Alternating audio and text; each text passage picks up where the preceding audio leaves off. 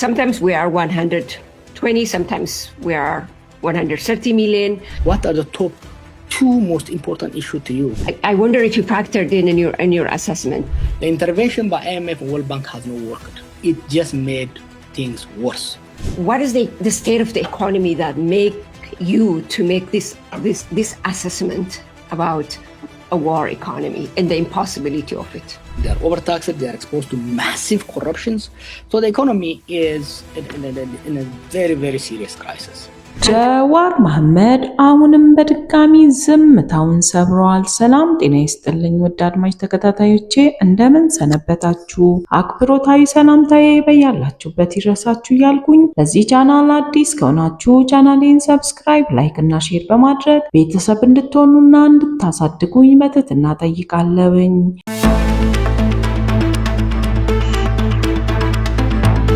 ጀዋር መሐመድ በድጋሚ ዝምታውን ሰብሮ አብይን በመቃወም በማህበራዊ ትስስር ገጹ ሰፋ ያለ ጽሑፍ ይዞ ቀርቧል።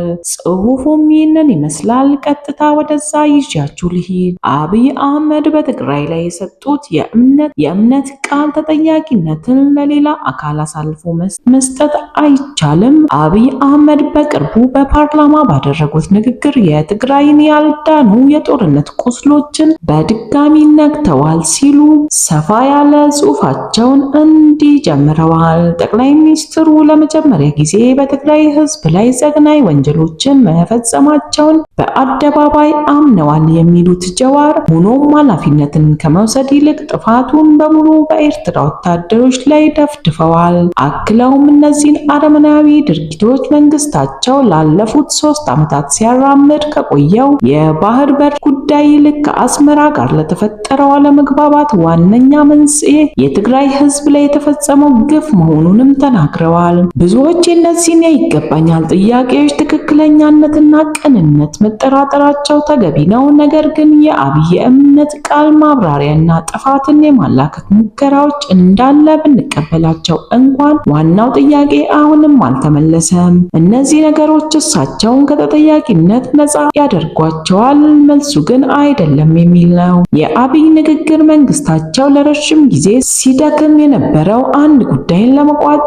ይረዳል። በትግራይ ሲቪሎች ላይ የጅምላ ጭፍጨፋን መፈጸሙን። ይህ ቀላል የእምነት ቃል አይደለም። ሆኖም በእውቅና መስጠት ብቻ ወሳኝ የሆነውን የጥፋተኝነት ጥያቄ አይፈታውም። ጥፋቱን ለማላከክ ቢጥሩም አብይ አህመድ ለጦርነቱ መንገድ በመድረክና በጦርነቱ ወቅት ለተከሰቱ ነገሮች የአንበሳውን ድርሻ ይወስዳል። በመጀመሪያ አምባገነናዊ ስልጣን የማጠናከር ፍላጎታቸው ፖለቲካዊ ሽግግሩን ጠልፎ እንዲወስድና ሀገሪቱ ወደ ብዙ የእርስ በርስ ጦርነቶች ውስጥ ለተከተተው የፖለቲካ ቀውስ መሪ እንዲሆኑ አድርጓቸዋል። በሁለተኛም ደረጃ በይበልጥ ደግሞ ከ2018 በኋላ ከኤርትራ ጋር የተደረገውን መቀራረብ ዘላቂ ሰላም ሊገነባበት የሚችልበትን አጋጣሚ በትግራይ ላይ ወደ ታለመ አጭር እይታ ያለው ወታደራዊ ስምምነት ቀይረውታል። በሶስተኛ ደረጃ አብይ ከጦርነቱ በፊትና በጦርነቱ ወቅት በትግራይ ህዝብ ላይ ለተካሄደው የጋራ ሰብአዊነትን የማሳጣት ዘመቻ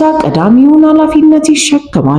በራሳቸው ንግግሮችና በመንግስት ቁጥጥር ስር ባሉ መገናኛ ብዙሃናት ጥላቻን የተሞሉ ጦርነት ቀስቃሾችን ስልጣን በመስጠት መርዛማ ፕሮፓጋንዳና ቅስቀሳ እንዲለመድም አድርገዋል። ይህ ድባብ የጅምላ ጥቃቶችን መፈጸም የሚቻል ብቻ ሳይሆን በፖለቲካዊ መልኩ ተቀባይነት እንዲኖረውም አድርገዋል። በመሪነት ለሚወሰዱ እርምጃዎች ብቻ ሳይሆን ለሚራመዱ ትረካዎችና ሆን ተብለው ዝምታ ለተመረጠባቸው ጉዳዮችም ኃላፊነትን ያስከትላል። ይህ በመጽሐፍ የሚነገር ረቂቅ ወይም ሩቅ ታሪክ ሳይሆን ከጥቂት ዓመታት በፊት የታየና አሁንም በህዝብ ትውስታ ውስጥ ትኩስ የሆነ ህያው እውነታ ነው። በአራተኛ ደረጃ አብይ አሁን በትግራይ ሲቪሎች ላይ ለተፈጸሙ ግፎችና የኤርትራ ኃይሎችን ይወቅሳሉ።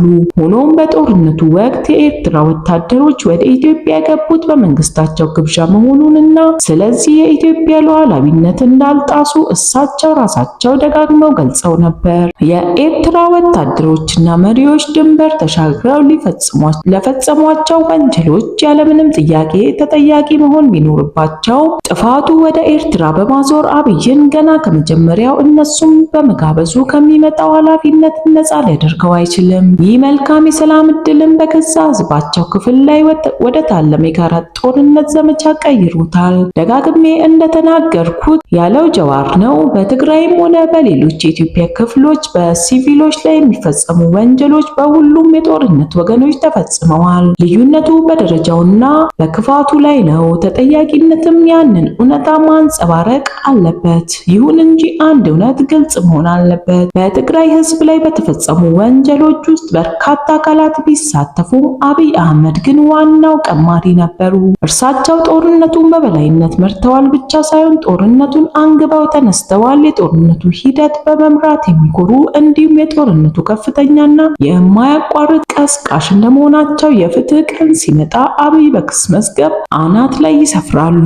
ያ ቀን እስኪመጣ ድረስ ለሰላምና ለፍትህ የሚቆሙ ሁሉ የአብይን የቅርብ ጊዜ አቤቱታዎችና ጥፋትን የማላከክ ስልት በስተጀርባ ያለውን ዓላማ መረዳት አለባቸው። ይህ የጸጸት ተግባር ሳይሆን ለሌላ ጦርነት ዝግጅት ሲባል ጥምረቶችን እንደገና ለመቅረጽ የታለመ ከፋፋይና አደገኛ ስልት ነው። እንደነዚህ ያሉ በአብይና በደጋፊዎች የሚደረጉ እንቅስቃሴዎችን መቃወምና መክሸፍ አለባቸው። ተጨማሪ ጥፋቶችን ለመከላከል እንደገና በታሸጉ ትረካዎችና በተፈበረኩ ጠላቶች ላይ ንቁ መሆን ይጠይቃል። የኦሮሚያ ምሳሌያዊ አነጋገር በጥበብ እንደሚያስጠነቅቀው አንድ ጊዜ ሞኝ ያደረገኝ ሁለተኛ አይደግመኝም በማለት በይፋዊ የሶሻል ሚዲያ ትስስር ገጹ ላይ ያሰፈረ ሲሆን እናንተም እስቲ የግል አስተያየታችሁን በኮሜንት እንድትገልጹልኝ ፈልጋለሁ። ስለተከታተላችሁኝ ከልብ አመሰግናለሁ። ሰናይ ቀን እንዲሆንላችሁ ከልብ እመኛለሁ።